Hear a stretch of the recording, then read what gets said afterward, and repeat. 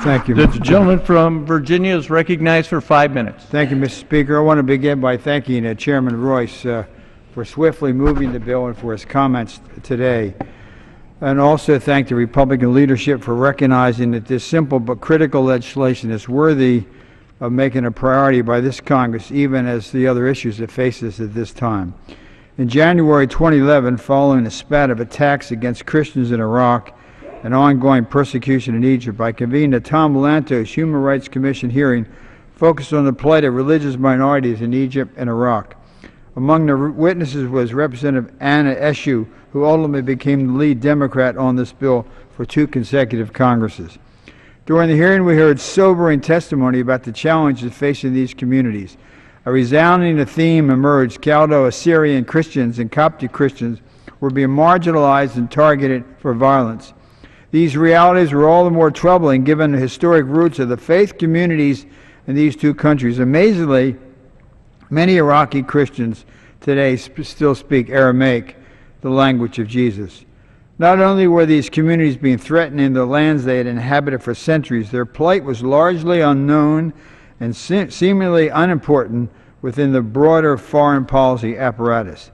Notably, at the time of the hearing, the post of the U.S. Ambassador for International Religious Freedom had been vacant for 2 years. While the hearing predated the so-called Arab Spring, without questioning, the dramatic changes in the region have only further jeopardized these communities.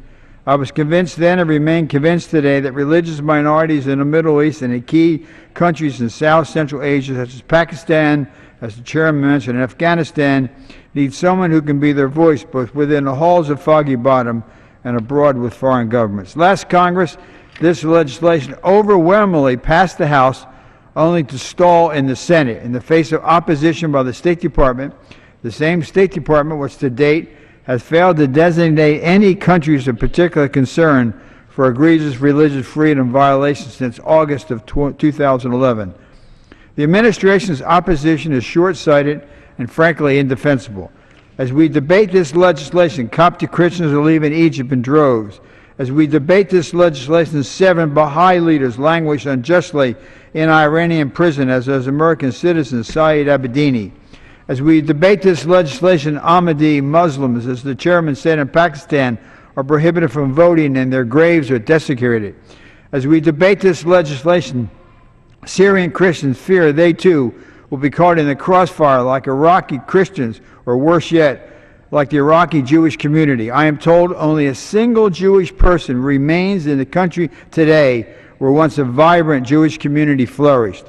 This legislation is supported by such diverse groups as faith-based organizations, U.S. Conference of Catholic Bishops, United Methodist Church, the Ahmadi Muslim community, Southern Baptist Convention, and Christians United for Israel, among others, as well as multitude of diaspora organizations which are directly linked with the very people the Special Envoy will serve.